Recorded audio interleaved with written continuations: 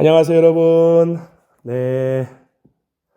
지금 감기가 막 유행인데, 저도 12월 22일, 24일 막 이렇게 교회에서 여러 가지 행사를 준비하다가 저도 감기에 걸렸습니다. 제가 이렇게 얘기를 하다가 기침을 좀 하더라도 좀 양해를 좀 부탁을 드릴게요.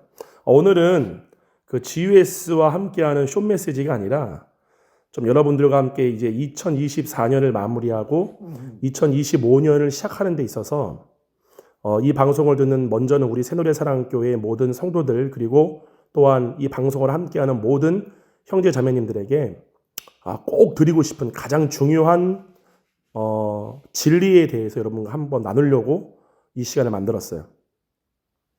오늘 여러분들에게 꼭 드리고 싶은 말은 뭐냐면, 2025년을 우리가 이제 앞두고 있는 이 상태에서 여러분들에게 꼭 드리고 싶은 말은, 일하지 말고 사역하려 하지 말고 사랑하세요 라는 말입니다. 우리 새노래 사랑교회 같은 경우에는 굉장히 여러 분야에 있는 분들이 많이 오세요, 교회 안에. 제가 진담 반, 장난 반으로 한따까리 하던 분들이 다 오신다 라는 말씀을 드리는데, 맞아요. 왜냐하면 기존에 있던 교회에서 그 신앙의 한계를 느끼신 분들, 신앙의 벽을 만나신 분들이 많이 오세요. 그리고 그렇기 때문에 이전의 교회에서 사역을 많이 하시던 분들도 많이 계세요.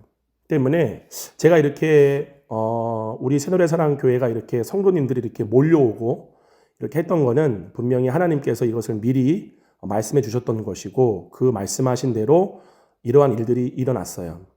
근데 2년 한 6개월 정도 저희가 이렇게 시간이 지났거든요. 이렇게 2년 6개월 정도의 시간을 제가 보내면서 개인적으로 이렇게 우리 성도님들을 볼 때 저도 마찬가지예요.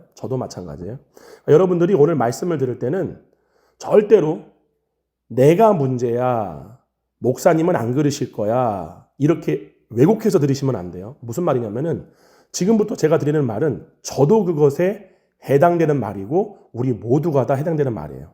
때문에 나만 그렇게 문제가 있는 것처럼, 나만 뭔가 잘못됐다는 식으로 여러분들이 오해해도 안 되고, 또한 이 말씀을 들을 때 히브리서 3장의 말씀처럼 부드러운 마음으로 받으시기를 바랍니다. 무슨 말이냐면, 제가 처음에 말씀을 드렸지만 일하지 말고 사역하지 말고 사랑하세요.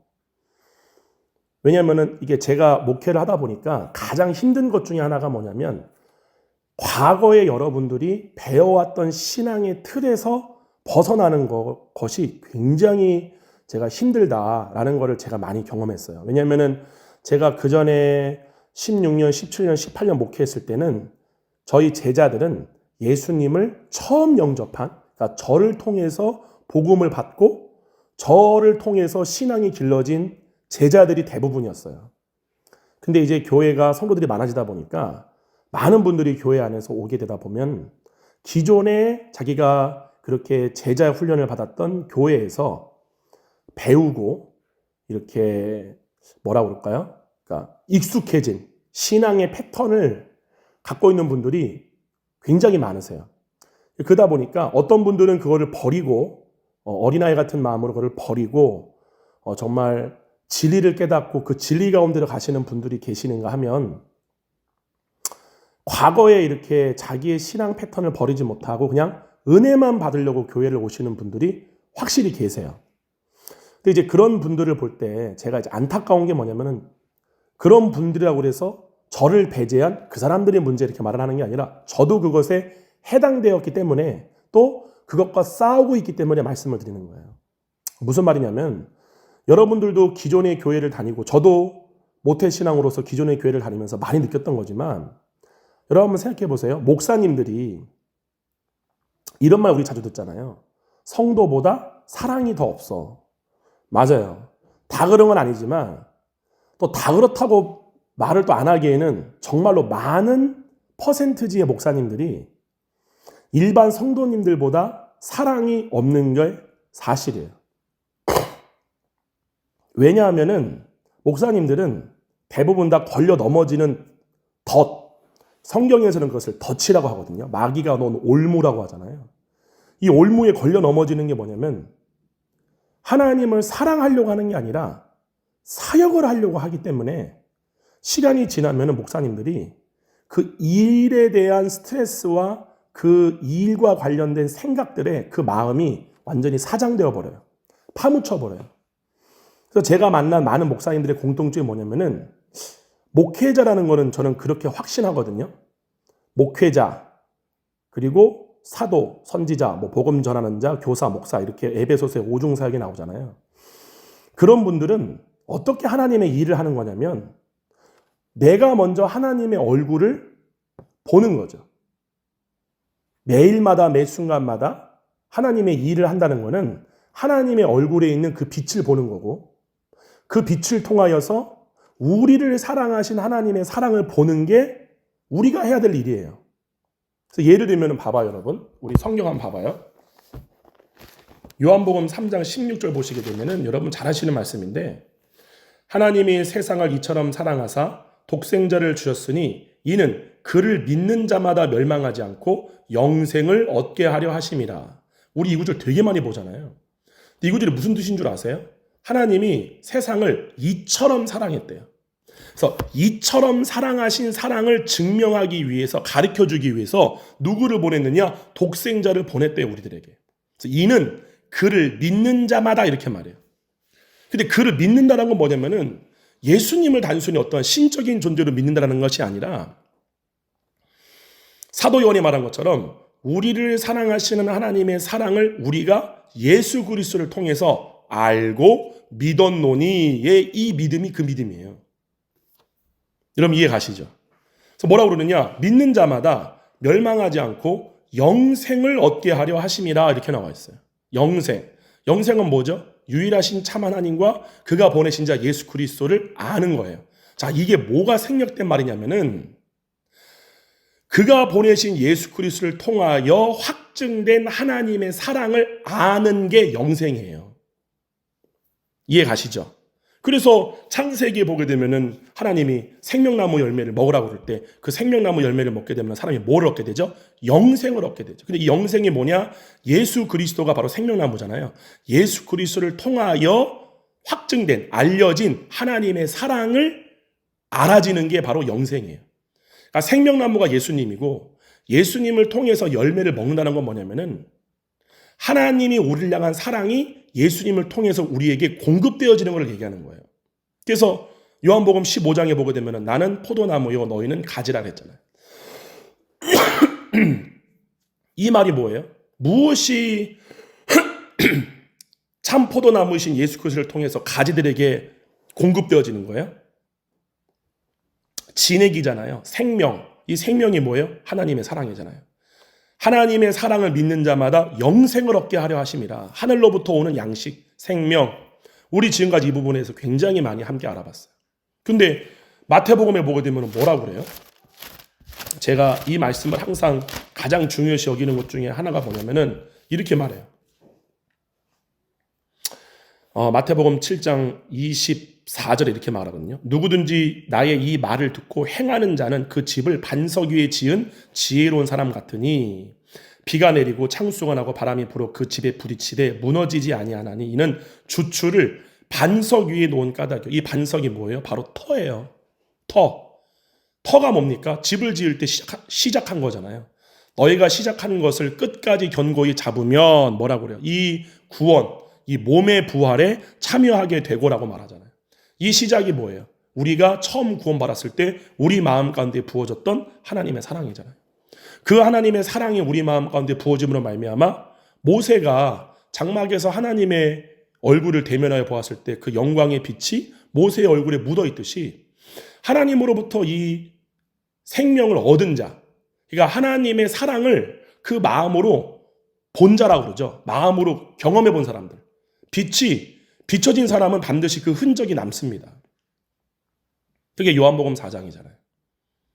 그러니까 이 여자가 바로 내가 그라라고 예수님 말씀하실 때 여자가 누구를 본 거예요? 예수님을 통해서 확증된 하나님의 사랑을 예수 그리스도의 얼굴에 있는 그 빛의 영광을 통해서 그 여자가 본 거잖아요. 근데 그 여자가 어디로 가요? 다시 자기 마을로 가잖아요. 그래서 그 마을 사람들이 이 여자의 변화된 모습, 이 여자에게 있는 그 하나님의 영광을 보고 그 영광을 얻기 위해서, 그 생명을 얻기 위해서 예수님께로 나오잖아요. 이게 하나님이 예수님을 통해서 일하시는 방식이고요. 바로 예수님이 성령님을 통해서 우리에게 일하시는 방식이에요. 그죠? 그럼 아까 우리가 봤을 때 하나님이 세상을 이처럼 사랑하사 독생자를 보내셨으니 이는 그를 믿는 자마다 멸망하지 않고 영생을 얻게 하려 하심이라. 그러면은 예수님이 우리에게 명령하신 유일한 일이 뭐예요? 하나님의 일을 뭐라고 그래요? 요한복음 6장 29절에 하나님께서 보내신 일을 믿는 것이 하나님의 일이니라. 이게 뭐예요? 하나님께서 보내신 예수님을 믿는다는 게 그냥 예수님 믿습니다. 예수님이 하실 줄을 믿습니다. 막 이렇게 믿는 거예요. 여러분이 어떠한 사역이나 어떠한 일을 할 때 잘 들으셔야 돼요. 여러분이 어떠한 일을 할 때 하나님이 하실 줄을 믿습니다. 그러니까 일을 행하는 주체는 다 난데 이것을 그냥 하나님께 이루어 달라고 우리가 하나님이 할 줄 믿습니다. 이게 믿음인가요? 아니에요, 여러분. 여러분, 제가 이번 주 주일과 이제 송구 영신 예배 때 두 편의 시리즈로 10계명에 대해서 여러분과 나누겠지만, 여러분 10계명 중에 여기 보게 되면은 제 3계명이 뭐냐면요. 너는 내 하나님 여호와의 이름을 망령되게 부르지 말라라고 그래요. 여기서 망령되게라는 히브리 단어가 무슨 뜻인 줄 아세요? 속되게, 하나님, 오 마이 갓, 이런 식으로 말하는 게 망령되게 부르는 게 아니라 우상을 섬기듯이 그분의 이름을 부르지 말라 그 뜻이에요. 성경에 보게 되면 우상이 뭔 줄 아세요? 나를 위해 존재하는 신이에요. 여러분, 우리가 이거 나중에 이제 이번 주랑 다음 주에 제가 보겠지만 이 하나님의 이름을 망령되게 부른다는 사람들을 내가 죄 없다 하지 않겠다 라고 하는 게 뭐냐면은 우리는 하나님의 형상으로 변화되어져 가기 위한 목적으로 부름받은 사람들이지 내가 있고 하나님이 나를 위해서 일하시는 게 아니라는 사실이에요. 우리가 일하는 방식은 하나님이 우리를 통해 일하시는 방식은 우리로 하나님의 얼굴을 보게 함으로 하나님 닮은 게 나타나는 거예요. 하나님 닮은 게 나타날 때 그거를 보는 사람들이 우리를 통해서 그 하나님에게 있는 그 생명을 얻기에 나오게 하는 게 하나님의 일하시는 방식이에요. 여러분, 그래서 요한복음 13장에서 뭐라고 그래요?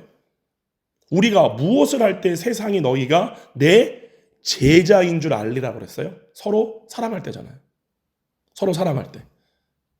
서로 사랑할 때 세상이 우리가 예수님의 제자인 걸 알지. 우리가 무언가를 사역을 하고 일을 하고 그렇게 할 때 얼마나 많은 여러분들 오류를 범합니까? 혈류병 걸린 여인처럼 얼마나 우리도 모르게 우리 모습에서 나오는 우리의 육됨이 얼마나 나오는지를 우리가 봐야 돼요. 그게 진짜로 사역을 하시는 분들이나 하나님의 일을 하시려고 하는 분들에게 제가 조언을 드리는 게 뭐냐면은, 물론 이 방송을 들으시는 분들 중에서는 우리 성도님들 마찬가지입니다. 저보다 나이가 많으시는 분들도 계세요. 나이가 많으셔서 제가 드리는 말씀을 좀 가볍게 들으실 수 있는데, 나도 알아. 나도 경험해봤어. 맞아요. 저도 20년째 경험하고 있어요. 20년째 실제로 전도사부터 강도사, 목사를 하면서 많은 목사님들을 봐오고 많은 교회에서 많은 단체에서 리더들을 만나보고 하면서 제가 항상 의문점을 가졌던 게 뭐냐면, 저는 처음에 거듭날 때 하나님의 이 사랑을 너무나 강력하게 경험을 했어요. 그래서 이 사랑이 정말 모든 거를 분별할 수 있는 기준점이 된 거예요. 근데 많은 분들이, 많은 목사님들이나 많은 사역단체 리더들이 개인적으로 만나면, 그러니까 공개적인 자리에서는 너무나 막 말씀도 유창하게 잘하시고 성경도 무지하게 잘하시고 그러세요. 근데 개인적으로 만나게 되면은 왜 이렇게 사랑이 안 느껴지지? 왜 이렇게 사랑이 없지? 라는 것들을 굉장히 많은 분들을 통해서 저는 경험해 봤어요. 물론 저도 그러한 모습이 있겠죠. 그랬을 때 결론이 뭐냐면, 성경을 통해서, 우리는 사람을 통해서 배우는 사람들이 아니잖아요. 성경에 기록된 말씀과 이 말씀을 계시하여 주시는 성령님의 감동으로 이 말씀의 진짜 의도를 깨닫게 되는 거잖아요, 우리가. 그럴 때 사역을 하지 말라는 거예요. 왜 사역을 합니까? 예수님을 통해서 사역을 하려는 거는요, 저도 제가 ENFP라서 알거든요. 그거는 주님으로부터 받은 사명이기보다도 일하지 않으면 불안한 사람들 있잖아요. 일 중독에 있는 사람들. 여러분, 이거는 다시 말씀드리지만 어떠한 분들에게 말씀을 드리는 게 아니라 우리 모두가 이것에 해당되는 말이기 때문에 제가 말씀을 드리는 거예요. 절대 여러분들이 이 말씀은 나한테 하는 거야 라는 식으로 오해하지 않았으면 좋겠어요. 저도 이것에 해당되고 우리 모두가 해당돼요. 주님을 사랑하려고 하는 게 아니라 일하려고 하는 거. 뭔가 사역을 감당하려고 하는 거를 볼 때 너무나 제가 답답해요. 정말. 저렇게 하면 분명히 한계점에 올 텐데, 스스로가 지칠 텐데, 안 해봐서 모르시는 것 같아. 반드시 하나님의 사랑을 우리가 경험하지 못하면 우리에게는 아무런 생명이 없습니다. 신앙생활 하는 것 자체가 짐이 돼버려요. 그러니까 진짜로 많은 목사님들이 보게 되면 가정이 깨어져 있는 가정도 정말 많잖아요. 목사님 자녀, 우리가 항상 전통적으로 얘기하는 두 부류가 뭐예요? 완전히 모범적인 자녀가 되든지 완전히 그냥 밖으로 나가버리는, 탈선을 해버리든지 둘 중에 하나잖아요. 왜요? 부모가 사역하다가 가족이 다 매몰돼 버리는 거예요. 부모로부터 사랑이 나오지를 않는 거예요. 예전에 한 번은 우리 방송에서 한번 방송을 한 적이 있는데 저도 그것을 본 것이 기억나는 게 파리의 목사라는 제목이에요. 뭐 정확한 기억은 안 나요. 파리의 목사인가 아무튼 그게 어느 방송 프로그램에 나왔어요. PD 수첩인가 아무튼 그것에. 근데 이 목사님이 프랑스 파리에서 선교하시는 목사님이신데 엄청나게 선행을 많이 하시는 분이에요. 막 교회에서 새벽에 성도들이 다 같이 모여가지고 막 밤이건 이렇게 막 노숙인들을 위해서 막 콘 수프부터 시작해서 빵이랑 막 이런 것들을 막 잔뜩 챙겨가지고 그 파리 시내에 있는 노숙인들을 막 다니면서 그걸 막 주시는 분이에요. 근데 그 목사님이 뭐가 걸렸어요? 성도들을 성폭행했던 거예요. 그리고 더 무서운 건 뭐냐면 자기 자식하고 주먹 다짐하는 거를 막 싸움을 막 엄청나게 한 거예요. 그게 이제 그 성도들이 폭로하면서 그것이 드러났는데, 여러분 이런 일들이 왜 일어날 수밖에 없을까요? 여러분 분명히 아셔야 돼요. 하나님으로부터 생명을 얻지 못하면 반드시 그 사람은 살아남기 위해서 다른 생명을 찾게 되어 있습니다. 이거는 절대로 우리가 무시할 수가 없는 거예요.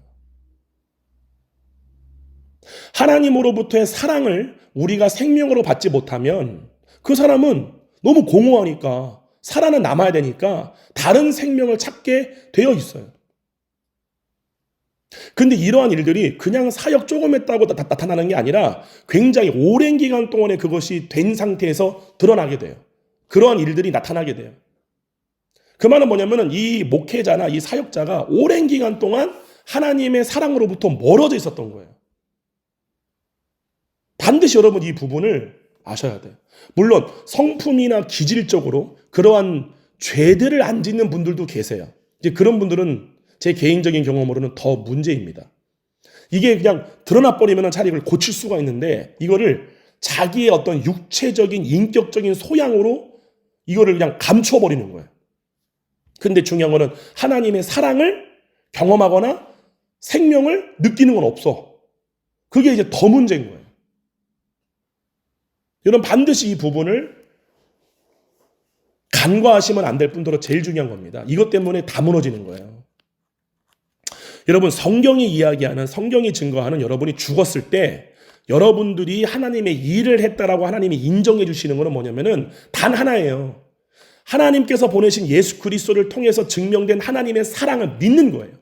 그리고 실제로 그것이 믿으려고 노력하다가 어느 때가 되면 믿겨지기 시작하잖아요. 그 믿겨질 때 우리가 실제로 생명을 경험하게 됩니다. 제가 이걸 실제로 경험해 보니까 그래요. 무슨 말이에요? 우리가 하나님의 사랑을 매일 아침마다 눈 딱 떴을 때 하나님은 나를 사랑하시 이렇게 말을 한다고 마음으로 믿겨지는 게 아니에요. 믿음과 결부되는 때가 딱 있어요. 그것이 어떤 분은 이틀 걸릴 수도 있고 하루 걸릴 수도 있고, 근데 이것에 전제가 하나가 있어요. 하나님의 사랑을 여러분들이 생명으로 하나님이 나를 사랑해, 하나님이 우리를 사랑해 라고 하는 그 사랑이 내 마음 가운데 믿겨지는 믿음과 결부가 되기 위해서는 반드시 한 가지 조건이 있어요. 그게 뭐냐? 여러분의 모든 생각이 하나님께만 집중돼 있어야 돼요. 이거는 경험해 분만 아는 거예요. 그래서 마귀가 하는 일이 뭐냐? 하나님을 생각하는 게 아니라 사람의 일을 생각하게 하는 게 마귀가 하는 일이에요. 왜냐하면 그 사람의 일을 생각하거나 땅의 일들을 생각하면 생각할수록 실제로 우리 마음은 하나님으로부터 멀어지게 됩니다. 여러분, 결혼하신 분들이나 연애하시는 분들은 다 아시겠지만 결혼식이 중요한 게 아니에요. 사랑을 시작하는 게 중요한 게 아니에요. 그 사랑의 끝이 중요한 거예요. 구원을 받은 게 중요한 게 아니라, 맞아요, 구원 받은 것도 중요해요. 그 구원 받음으로 인해서 우리가 믿음을 유지하는 거기 때문에 나는 구원받은 하나님의 자녀야, 너무 중요해요. 근데 중요한 건, 진짜 중요한 거는 또 이런 분들도 계시더라고요. 예를 들면은 이렇게 혼의 구원에 대해서 배우신 분들은 그냥 앵무새같이 나는 하나님의 자녀야, 나는 하나님의 사랑이야 라고 말은 하는데, 그 사람에게서 나오는 실제적인, 그러니까 혼의 구원이 이루어졌다는 건 뭐냐면은 혼이 하나님의 얼굴을 보고 있는 상태가 바로 혼의 구원이에요. 메타노이아. 몸을 자기 형상으로 보고 있던 상태에서 하나님의 형상, 하나님의 얼굴을 보는 상태로의 메타노이아, 방향 전환, 돌이킨 상태. 그러므로 그 혼이 하나님의 사랑을 생명으로 공급받고 있는 상태가 혼의 구원이에요. 이게 성경이 얘기하는 게. 그래서 하나님과 사귐이 있다고 말하면서 그 형제를 사랑하지 않는 자는 거짓말하는 자라. 이게 뭘 얘기하는 거냐? 그냥 혼의 구원을 이론으로만 배우는 거예요. 그러니까 이론은 막 달달달달 읽어, 달달달 외워. 근데 여러분 스스로를 돌아보세요. 과연 나에게서 그 하나님의 사랑이 나타나는가? 나와야 돼요. 그냥 이거는. 여러분이 사랑을 하려고 하는 게 아니라 이미 여러분 안에 사랑이 경험되어지고 있어야 되고, 그것이 진짜 여러분의 마음과 결부가 되면은 뭐가 돼요? 우리를 향한 하나님의 사랑을 알게 되지 나를 향한 하나님의 사랑을 아는 게 아니에요. 잘 들으셔야 돼요. 예수님이 우리에게 주신 법은 서로 사랑하라예요. 내가 너희를 사랑한 것 같이 라는 걸 알려면은 우리를 향한 사랑을 알아야 돼요. 잘 들으셔야 돼요. 내가 너희예요. 너가 아니라 너희를 사랑한 것 같이. 이 말은 우리를 향한 하나님의 사랑을 우리가 알아야 된다, 그 뜻이에요. 너희도 서로 사랑하라. 이럴 때 우리가 서로 사랑하게 돼 있어요. 그 사람을 사랑하는 하나님의 마음이 내 마음 가운데 있기 때문에 그 사람을 사랑할 수밖에 없게 되는 거예요. 이거를 사도들은 혼의 구원이라고 얘기하는 거예요. 그리스도 안, 그의 사랑의 나라 안, 다 똑같은 말이에요. 근데 말로는 막 해요. 근데 말로 하는 것도 중요해요. 중요하지 않다라고 얘기하는 게 아니에요. 중요한데 결국에는 그것이 경험되어져야 되고 열매가 맺어져야 된다는 사실이에요. 열매가. 할렐루야. 근데 그것이 없이 그냥 앵무새같이 계속 막 말만 계속 막 혼의 구원, 나는 그리스도 예수 안에 있는 자입니다 라고 말만 한다? 그 말은 어떤 말이냐면은 제 경험에 의하면 실제 삶으로 돌아가서 하나님의 사랑을 생각하고 하나님만을 생각하는 시간을, 그러한 삶을 살지 않는다라는 사실이에요. 이건 어쩔 수 없어요. 이건 감출 수가 없어요. 여러분, 사랑이 시작되는 게 중요하지만 사랑을 유지하는 게 더 중요하잖아요. 안 그래요? 왜 많은 사람들이 바람을 피고 이혼을 해요? 사랑이 식어진 거잖아요. 더 이상 사랑하지 않는 거잖아요. 그거를 사랑의 완성이라고 볼 수 없잖아요. 그러니까 성경에서 똑같이 그것은 우리 육체를 통해서 하나님의 뜻을 계시해 주기 위한 그림자일 뿐이고, 실제는 그게 우리와 예수님과 우리의 관계를 얘기하는 거잖아요. 그럴 때 예수님이 모두가 신부이지만 진짜 예수님이 따로 선택하는 신부들이 따로 있잖아요. 근데 그들을 누구라고 그래요? 기름병을 준비한 자들이라고 하잖아요. 기름병, 사랑이, 그 기름이 우리 마음 가운데 그득 있는 자들이에요. 그득 있는 자들. 떨어져가는 자들이 아니라, 메마른 자들이 아니라. 이거 얘기하는 거예요, 여러분. 기름이라는 거는 사랑을 얘기해요. 성경을 보시면 아시겠지만 기름 부음이 너희를 모든 진리 가운데로 인도할 것이다 라고 했을 때 사도 요한이 말하는 그 기름 부음은 사랑을 말하는 거예요. 그래서 사도 바울이 로마서 5장 5절에 그가 보내신 성령으로 말미암아 우리 마음 가운데 하나님의 사랑이 부어진 거예요. 기름을 붓잖아요. 그러면 사도 바울이 뭐라고 그래요? 그 사랑을 자주 경험해서 그 사랑에 대한 믿음이 뿌리가 박히고 터가 굳어지게 해라 라고 말하잖아요. 그러니까 제가 이렇게 흔들리지 않고 주님의 일을 하는 자로 끝까지 이 일을 하기 위해서, 주님의 일을 하기 위해서 우리가 부름받은 거잖아요. 그의 몸으로서. 그건 하나밖에 없어요. 사랑하셔야 돼요. 일하려고 하지 마시고, 가르치려 하지 마시고, 뭔가를 하려고 하지 마세요. 그거는 제가 다시 말씀드리지만 우리가 뭔가 공허하니까 이 일을 통해서 보람을 얻으려고 하는 것과 똑같은 육체의 심리입니다. 너무나 많아요. 이미 그런 분들은 너무나 많아요. 우리나라에도 그렇고 전 세계도 그렇고. 근데 그것이 다 하나도 안 낫는다라는 사실이죠. 하나님에 대한 사랑이 우리 마음 가운데에 경험되어짐으로 그 사랑이 나타날 때 그 사랑을 보는 자들로 그 생명을 얻기 위해서 인도하는 통로가 내가 되는 거예요. 사마리아 여인이 그 수많은 수가성 마을에 있었던 주민들을 예수님께로 인도했듯이, 그때 예수님 뭐라고 그래요? 일하는 자가 이미 삭슬 받았다라고 하잖아요. 그가 노력하지 아니하고 수고하지 아니한 것들을 거두러 보냈다라고 얘기하잖아요. 그 삭시 뭐예요? 그 여자가 얻고 싶어 했던 생명이잖아요. 이미 그 생명을 그 여자가 얻었다. 그 생명을 보고 수많은 사람들을 예수님께로 인도했을 때 그가 무슨 수고를 했냐? 무슨 노력을 했냐? 안 했어요. 근데 중요한 거는 이 사랑을 하려면 가장 중요한 게 뭐냐?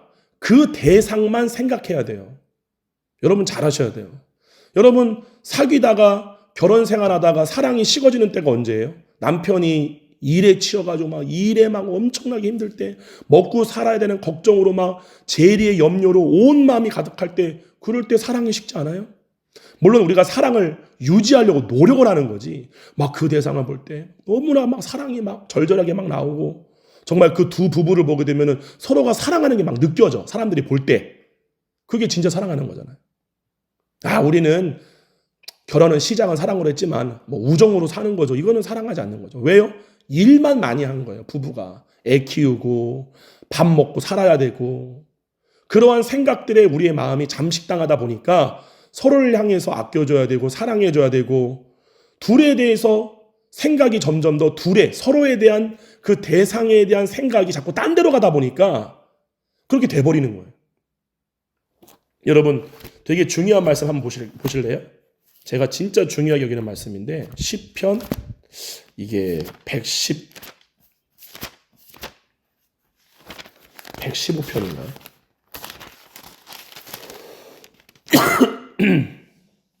여기 나오네요.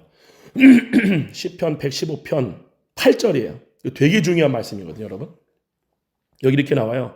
우상들을 만드는 자들과 그것을 의지하는 자들이 다 그와 같으리로다, 이렇게 나와요. 여기 보게 되면은 우상을 만드는 자들과 그것을 의지하는 자들, 이거 제가 10계명 여러분 가르쳐드리면서 2계명, 너는 나 외에 다른 어떤 형상도 만들지 말아라, 우상들을 되게 두지 말아라 라고 했을 때 이것에 대해서 제가 여러분들에게 말씀을 드리겠지만, 여기 우상을 만드는 자들과 그것을 의지하는 자들이라고 했을 때 그 의지한다는 말이 히브리 말로 바타흐예요. 바타흐라는 말은 뭐냐면은 그것을 신뢰하는 자들이라는 뜻이에요. 그것을 신뢰하는 자들은 다 그와 같으리로다. 히브리 말로 케모하야예요. 같으리로다. 그와 같으리로다. 이 말이 뭐냐면은 그것과 같아지로다. 이렇게 나오는 거예요. 그 말은 뭐냐? 혼이 보고 있는 형상과 그것이 같아진다, 그것이에요. 그러니까 만약에 혼이 하나님의 얼굴을 보고 있다면은 그 혼은 하나님과 같아져요. 근데 혼이 하나님이 아닌 다른 대상을 보고 있는 것을 우상이라고 해요. 하나님 외에 내가 마음으로 사랑하는 대상이에요. 그러면 어떻게 되느냐? 그 혼이 그것과 같아진다, 그 말이에요. 그래서 하나님이 우리에게 주신 1계명이 뭐냐면, 10계명의 1계명이 너는 나 외에 다른 신들의 얼굴을 내 얼굴 앞에 두지 말라, 그거예요. 반드시 사실 아셔야 돼요. 근데 이 얼굴을 본다는 게 뭐를 얘기하는 거냐면은 그 생각, 마음의 생각이 뭐 하는 거냐? 신뢰하고 의지하는 거예요. 의지하는 대상이에요. 그래서 예수님 뭐라고 그래요? 하나님과 재물을 겸하여 섬길 수 없느니라. 이렇게 나오잖아요. 여기 나오는 근데 재물이라는 것은 어떤 한 가지만 두고 얘기하신 거죠. 내가 실제로 사랑하는 거예요. 사람은 사랑하는 대상을 자기 우상으로 여기잖아요. 닮고 싶어 하고 그것과 같아지고 싶어 하잖아요. 바로 이거예요. 여러분들이 하나님을 사랑하는 것도 중요하고 사랑이 부어진 것도 중요하지만 그 사랑을 계속 유지해 가는 것이 더 중요한 거예요. 근데 그 사랑을 계속 유지하는 유일한 방법이 뭐냐? 이거는 우리가 그냥 인간적인 관계에서도 그대로 드러나는 법칙이지만 그 대상에 대한 생각이 없어지면 안 돼요. 계속 그 대상만 생각을 해야 돼요. 그게 사랑이 내 마음 가운데 있다라는 증거고 그것이 사랑을 지키는 유일한 방법이에요. 반드시 여러분 이 부분을 아셔야 됩니다. 예. 예수님이 사두개인과 바리새인들을 통해서 독사의 자식들아 라고 말한 이유가 뭐냐면 뭐라고 그래요? 그들이 마귀가 하는 욕심대로 그들도 그와 같이 행한다 이렇게 말하잖아요. 그러니까 우리가 마귀와 같이 욕심대로 행하다 보니까 그와 같아진다 그 말이죠.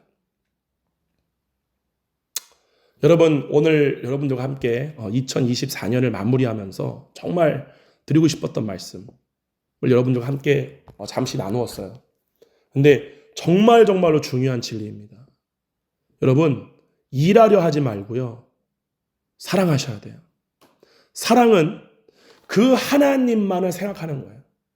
정말 그랬을 때 제가 실제로 하나님만을 생각하려고 계속 육체가 원하는 것들을 제가 부인하고 계속 하나님을 생각하는 그 상태에 머물려고 여러분 실제로 여러분이 그 상태를 지키려고 애쓰잖아요. 그러면은 어느 순간에 되었던지 간에 하나님의 은혜로 그 사랑이 경험되어집니다. 그분의 사랑 때문에 막 오열을 하고 막 눈물이 막 나오고 그럴 때 생명을 얻게 되는데 중요한 거는 여러분 그 생명을 만족하는 정도가 절대로 일순간에 잠깐 왔다고 그래서 그냥 그것을 멈춰버리면 안 돼요. 계속 더 깊이 더 많이 그 주님의 사랑을 계속 여러분의 마음 가운데 경험하고 채우는 그 용량이 점점 더 많아지셔야 돼요. 그게 정말 지혜로운 처녀들이에요. 그게 기름병을 준비하는 거예요. 실제로 그게 기름병을 준비하는 유일한 길입니다. 이것이 육신의 생각을 쫓는 분들은 되게 미련하게 보여요. 아무런 뭐라 그럴까 생산성도 없어 보이고 그렇게 한다고 뭐 내 눈에 바로 뭐 결과가 나타나나? 그래서 우리의 선악의 지식은 하나님 아는 것을 대항해서 높아진 지식인 거예요. 여러분 반드시 아셔야 돼요. 하나님을 생각하는 그 생각, 그 상태를 매일마다 유지하려고 하셔야 돼요. 다른 것들의 생각에 여러분이 마음이 빼앗기면 안 돼요. 그래서 마귀가 하는 일이 사람의 일, 땅의 일들을 우리에게 생각하게 하는 거예요. 그래서 예수님이 뭐라고 그랬어요? 무엇을 먹을까 입을까 마실까 염려하지 말아라 라고 말씀하신 거잖아요. 그리고 두 번째, 우리가 사역을 하거나 일을 할 때 하나님의 사랑을 우리가 경험함으로 말미암아 하나님이 일하시는 게 아니라 내가 일할 때 나타나는 증상은 뭐냐면은 본인 스스로가 지쳐갑니다. 본인 스스로가 지치고 힘들어요. 왜 하는지 몰라요. 네. 반드시 이 부분 아셔야 돼요. 오직 생명이 공급될 때야만이 그 생명으로 우리는 하나님의 일을 할 수 있어요. 때문에 다시 말씀을 드리지만 사랑하는 성도 여러분 절대로 일하지 말고 사랑하세요. 사역하려 하지 말고 사랑하세요. 그래서 예배가 많은 것도 솔직히 좋은 건 아니에요. 보통 교회들 보게 되면 기성교회들은 막 새벽 예배 있죠. 목사님 수요 예배, 금요 예배, 주일 예배 다 하죠. 여러분 이거 굉장히 지치는 일이에요. 뭐 이 방송을 통해서 말씀을 드리지만 저와 강 목사님도 이제 수요 예배도 또 이제 시작되잖아요. 근데 수요 예배, 금요 예배, 주일 예배 인도하는 게 우리도 저희마저도 이 마음을 주님의 사랑에 집중이 안 되면요. 굉장히 예배 자체가 부담스럽습니다. 왜냐하면은 은혜를 끼쳐야 한다는 중압감이 와요. 육신의 생각이 벌써. 은혜를 끼쳐야 돼. 은혜되는 말씀을 해야 돼. 근데 중요한 건 뭐냐? 예배는 우리가 사람을 통해서 은혜 받는 게 예배가 아니에요. 예배는 하나님의 얼굴을 대면하여 보는 게 예배예요. 그래서 오늘날 정말 제가 심각하게 이거는 정말 문제다라고 여기는 게 뭐냐면은 오늘날 우리 다음 세대 애들이나 청년들이 대규모의 막 찬양 콘서트에 막 몇천 명씩 모이잖아요. 근데 중요한 거는 그거를 통해서 하나님을 경험하고 하나님의 임재를 경험하는 사람들도 있어요. 그러니까 예배를 드리고 나면은 여러분의 마음 가운데 하나님이 남아야 되는데 사람이 남는 거예요.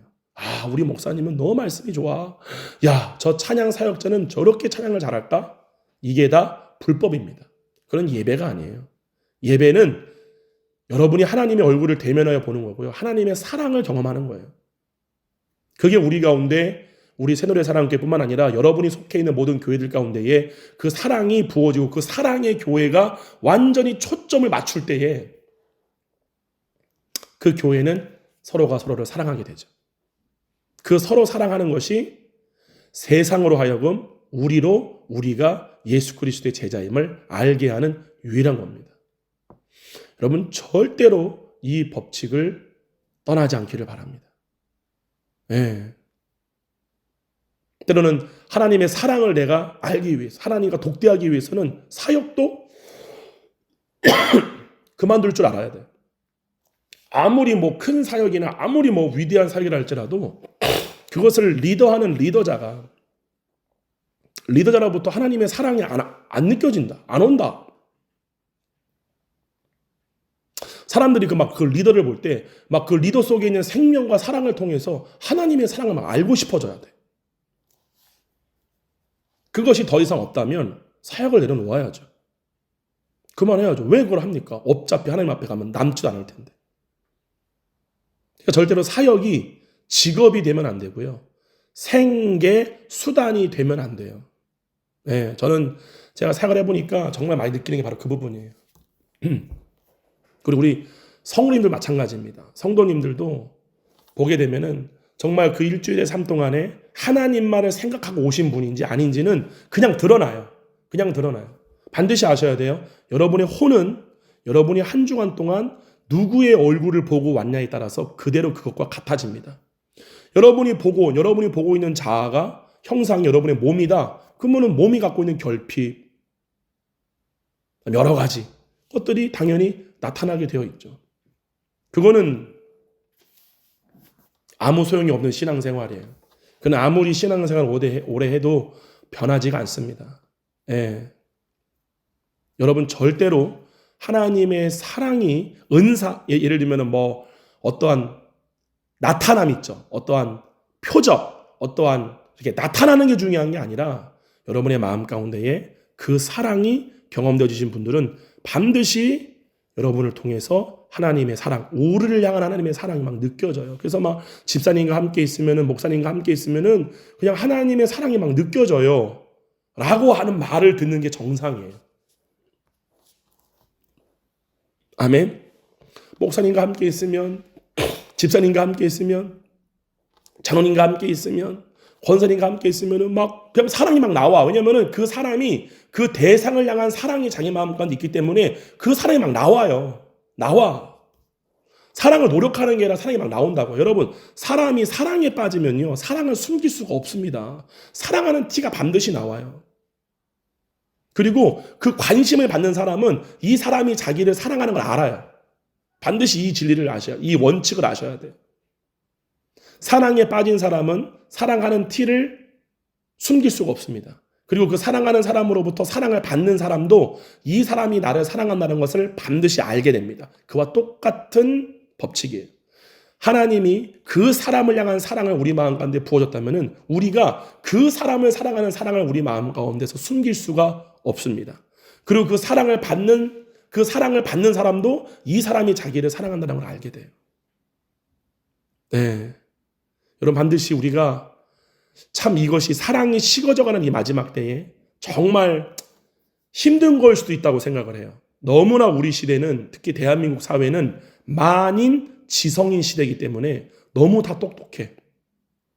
진짜. 목회하면서 제일 힘든 게 뭐냐면은 성도님들이 너무 똑똑한 거예요. 다 알아. 머리로는 다 알아. 사랑할 능력이 없어서 그런 거지. 네. 반드시 아셔야 돼요. 네. 여러분 오늘 한 주간 금요일 날 또 주일 날 만나 뵐 때까지 평안하시고 절대로 말씀을 듣기만 하여 자기를 속이는 자가 되지 마시고 정말 여러분의 삶 가운데서 하나님만을 생각하는 계속 그 상태를 유지함으로 어느 순간에 그것이 10시간 걸릴 수도 있고 5시간 걸릴 수도 있고 하루 걸릴 수도 있고 저는 아침부터 시작하니까 저녁쯤 됐을 때 그것이 오더라고요. 하나님 막 사랑이 막 경험도 느껴지고 막 네, 하나님만 생각하는 그 상태를 유지하는 것. 이것은 여러분이 정말로 싸워야 할 겁니다. 육체의 정욕을 따라가지 마시고 반드시 그 하나님의 사랑에서 육체의 정욕을 따라서 육체의 일들을 생각함으로 하나님을 생각하는 마음으로부터 멀어지지 마시고 그 생각을 계속 붙잡음으로 반드시 그 사랑을 지켜내고 유지하고 그리고 반드시 그 사랑이 계속 깊어지는 그래서 사랑을 서로가 부부가 노력해서 그 사랑을 만들어 가듯이 하나님과 그런 관계를 유지해가는 저와 여러분 되기를 주님의 이름으로 간절히 축원드립니다. 제가 기도할게요. 참 고마우신 아버지 감사합니다. 일하지 말고 사랑하라라는 감동을 주님께서 저에게 주셨습니다. 성령의 말하게 하심을 따라 말하라고 말씀하신 것처럼 주님이 내 마음 꺼내주신 감동을 따라 말하였습니다. 성령님, 이 말씀을 듣는 모든 사람들로 지식이나 은사나 능력과 교회 부흥이나 사역이나 일이나 그것을 쫓는 자들이 되지 아니하게 되게 해주시고 그것대로 사역하는 법, 신앙생활하는 법을 배운 사람들이 있다면 반드시 마음을 겸손케 하여서 성경에 기록된 말씀을 보고 무엇만이 하나님 앞에 섰을 때 남는가를 알아보고 정말 내 가운데 그 사랑이 있는가? 나를 보는 사람들로, 나를 만나는 사람들로 누구누구야 너를 보면은 나를 향한 하나님의 사랑이 막 느껴져. 아니면 그 마음 가운데 그런 사람이 요즘 어디 있어? 라고 하는 교만한 말, 실패하는 말, 그럼 누가 구원을 얻을 수 있겠사옵나이까? 걸어가신 주님, 우리 마음 가운데 이 마지막 때에 사랑이 식어지고 불법이 성하는 믿는 자들 가운데에 더 이상 하나님의 영을 따라 하나님의 사랑 안에 있는 것이 아니라 그리스도 안에 있는 것이 아니라 불법이 성하는 이 마지막 때에 정말로 하나님의 사랑을 가득 그 마음 가운데 채우고 유지하고 더욱더 많이 준비하는 주님의 지혜로운 신부들로 우리 모두가 세워지게 되게 하여 주시옵소서. 감사드렸고 예수님의 이름으로 기도했사옵나이다. 아멘. 여러분 절대로 사역하지 마세요. 종교인 되지 마시고요. 하나님을 사랑하세요. 하나님은 생명이십니다. 샬롬.